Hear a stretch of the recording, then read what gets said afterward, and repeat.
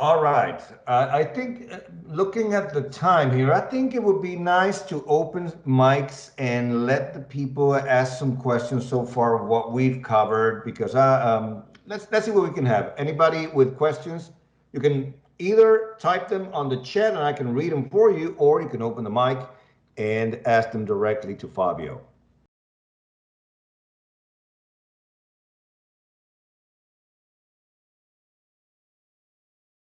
Or maybe Fabio was so clear that nobody has a question. It's a little bit quiet, but if you want to raise your hands, please feel free and we can certainly call your name off. Is anybody that, is listening, maybe has a question as it relates to their own business and Mm. how to create that content that's going to help them get that jump start? I actually have a question. This is Janelle by speaking. What suggestions do you have for somebody that is starting to they're actually starting from zero, but they want to start creating their own brand and content on multiple digital platforms?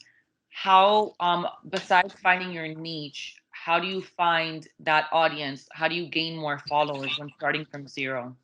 Okay, that's a very interesting question. Yes. How you gain more followers, the only way to actually do that is to start actually creating content. So how does that work? We're gonna see it in the next workshop. But how do you see it? You have to plan for the long term. Okay. So first of all, you understand what your main subject matter is. Then from that main subject matter, and if you can look at my screen right now, I've got like a little triangle, inverse triangle. And so you've got the big idea. Second step is to determine the at least three main content buckets or pillars of content that you want to talk about that big idea. Okay. So that'll keep you within your guardrails. And then from there, within each of these buckets, you have to give a mental list of the topics that you're going to talk about. So let's just say you've got leisure, travel, and food on your blog. Leisure is going to be all about these leisure activities. So the cruises, the beaches, et cetera, et cetera. The travel is going to be, the hacks. I took a trip on an airplane. I saved with this American Express or this Delta card, et cetera, et cetera. And then the food is going to be I visited these restaurants. They can all be based on that same 3 or 4 trips that you took, but you separate them. You separated them in these buckets, and you make sure that you focus on the leisure aspect of one thing, the travel aspect of the other thing, and the food aspect of the other. Same trip, but you're actually honing in. And from there, what you're going to find is some people are going to interact with your food more than with your travel. Some people are going to interact with your leisure more than with your food. So once you start gauging this, and then all of a sudden you've got another trip, then people again go to your leisure. And then on your third trip, people go again to your leisure. So now you know that your leisure is your selling point. That is how you develop this followship, and that is how you develop better content based on that. Okay, Estella, you got your hand up. You can ask your question. Yes, sir. Yes, sir. Yes, sir. This is Stella Lewis from Cleveland, Ohio. I am with Stella Girl Radio Podcast and Stella Girl Casting. So basically, at this point, I am out there. People are starting to notice. I am a promoter, a a podcaster, and event planner, and all that other good stuff. So basically, at this point in learning how to monetize and marketing, my people that I should say the people that I'm marketing is basically the entertainment. I do topics, different topics and everything. However, when people come to me and want to be on my show, or they want me to come to their event and either do a podcast at their event, promote their event, that's the part that I'm having a little issue with, because while I'm in school, I'm doing it for free and asking people if they want to do donations, but I don't know how to change that into any specific amount or anything like that, because I'm out here. So I get a lot of attention, but I just don't know um, how to put the digits together on what it should be. Yes. So yeah, I mean, you can have like Jada just wrote on the chat. She wrote sponsorships, not donations. So these are trade-offs that you do. Yes, that's a very good idea.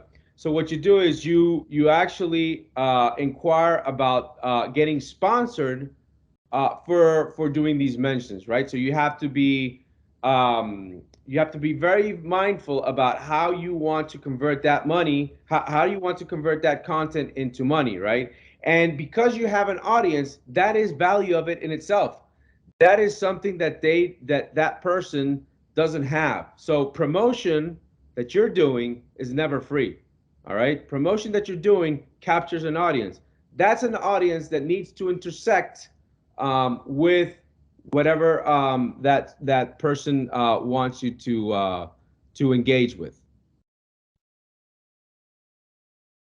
Has to do a little bit But also, I guess, about the worth of your work, knowing the value of you as a professional. I guess, Stella, will be something else that we could, dive into. But I think that that's for another occasion, another moment. But yes, and Fabio, this is one of the things that I always notice on the people that I come in contact with on the educational side, which is the fact that they don't know the worth of either their services or or what they do or what they can put out there for people to maybe to brand something, maybe to market something. And maybe Stella's trying to do that, but she basically doesn't know how much I should charge for these services.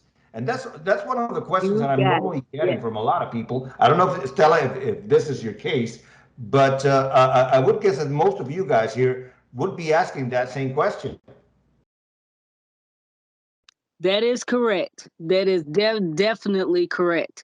I am really getting a lot of attention, and a lot of people are wanting to use my services, but I really don't know what is too much, what's not too much, because I enjoy it so much. I have done it for free. So, because I'm not afraid of being behind the mic or in front of the camera. So it is what it is, but I just need assistance with that. So there's two ways to measure that out, and I think that the best way to measure it is actually analyzing your worth. So in that sense, for example, for me to go into a restaurant and do some consulting, I'll just charge anywhere between $45 to $75 an hour. That's kind of how I gauge and I measure my professional service. Now, you can get a little bit more technical and say, okay, so I've got an audience. I've got 10,000 people that follow me every time I do an interaction. So this is why these social media metrics come into play, right? So if you've got a followership on social media, that's a measurable thing that you can give an impact on. So for every one of these measures, right? For every one of these measures, there is a price point to it, right? There is something that needs to be done. And the way I think of it is build out what it would mean, what it costs you in terms of time and in terms of what you've built to be able to charge people for that. Okay, because it shouldn't be free. So in that sense, if for you to go out to an event and promote it and be out there, et cetera, it costs you, equipment, gasoline, going out to the event, et cetera. Charge whatever that costs you plus, a premium, 15%. That's what agencies do most of the time. They charge 15% for their services. So start off with that. See if that makes sense to you, right? And if it doesn't make sense to your client, then that's not your client. That's how I Exactly. would go about it. It's not about begging. It's about, making yourself have the value that people, really recognize, and that will, start moving you places.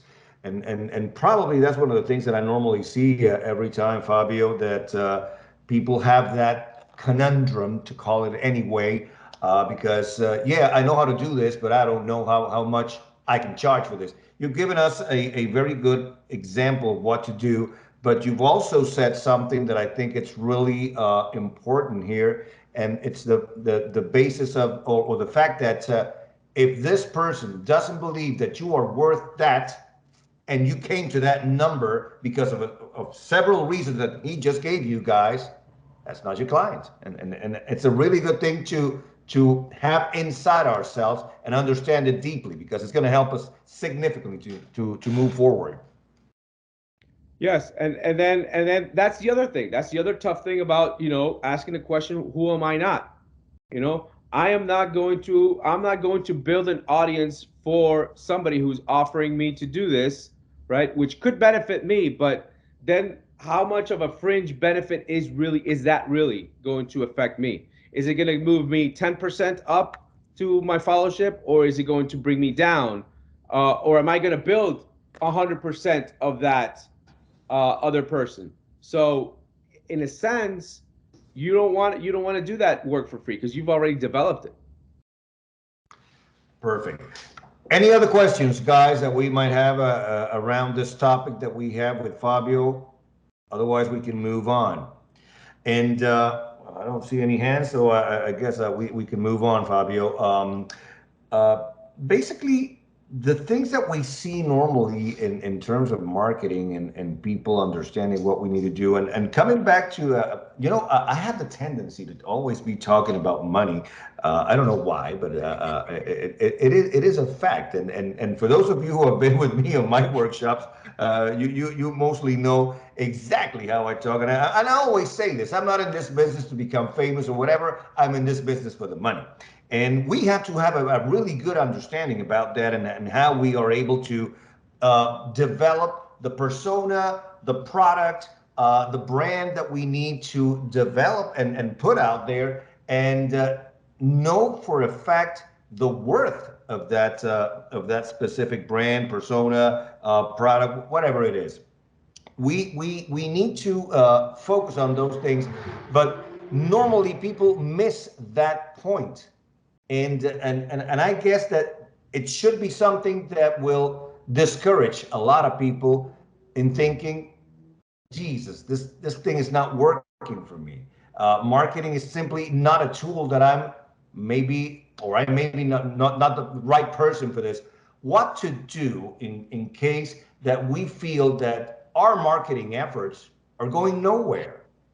What's wrong there? What's going on? So there's a couple of things that you need to analyze. The first thing is alignment, right? So you need to make sure that you are not in your communication, you're very clear, and you need to have that aligned with what the soul of your brand is. Okay, and so when you have that alignment, then things all by themselves are going to roll the same way. If you're talking about A and you're going B, you're gonna confuse your audience, and that's when marketing does not work. Okay, communications is of the essence, and my recommendation to communications is be as simple as possible. Break down your idea in little bits. Okay, the best communication are those communications that are very simple. If you try to complicate things, if for example your your elevator pitch is 2 sentences, people are going to miss out 50% of what they're saying. But if your pitch is 5 words in a sentence, then people are going to remember it. So it's very important. It's very important that you keep the communication strategy simple. And the only way to determine that is obviously through understanding what your product, service, or brand is, to a very native aspect, to a very simple aspect, and then from there take it all the way over there, take it all the way to being able to sell that. That's why, as you can see on this graph here, you've got a big idea. Websites start with a header picture, right? And they start with two or three words. And that is the reason why they do that, is because they want to express or encapsulate what the big idea is. If I have something that convinces that specific audience member, then that audience member is going to go down and scroll on my webpage downwards so that they can understand what that encapsulates, what that service actually means. So that is very important to understand. All right. Do we move on with the presentation, Fabio? Yes. Yes. So last points. And we're gonna touch on this on the workshop. So just a little information. Next week we're gonna have a workshop and we're just gonna work. So bring in your pencils, your pens, your papers. I'm going to share with you a PDF, right? Next week where you're gonna be answering questions. But before we answer those questions, what I get in a lot of the classes is, okay, so I'm ready to go, but how do I make myself do this? Because I've got to ideate, I've got to produce, I've got to edit, I've got to post, and then I've got to analyze what I posted, right? How do I get this thing rolling? So here's my suggestion. So much to do with so little time. First and foremost, and I've said this a couple of times, your big idea, from your big idea, define your subject buckets. I suggest you do 3. And then in each of these subject buckets, write a list of potential titles for your content. So I'm trying to be very generic here. If you have a podcast, write down a list of your podcast episodes. If you have a YouTube channel, write a list of your episodes. That will cover at least 16 to 24 weeks. Guys, this is not written in stone. They could change from one week to the other, but at least you have the big picture idea of what's to come and what you have to produce for the next 4, 5, 6 months. Okay, so that's number one.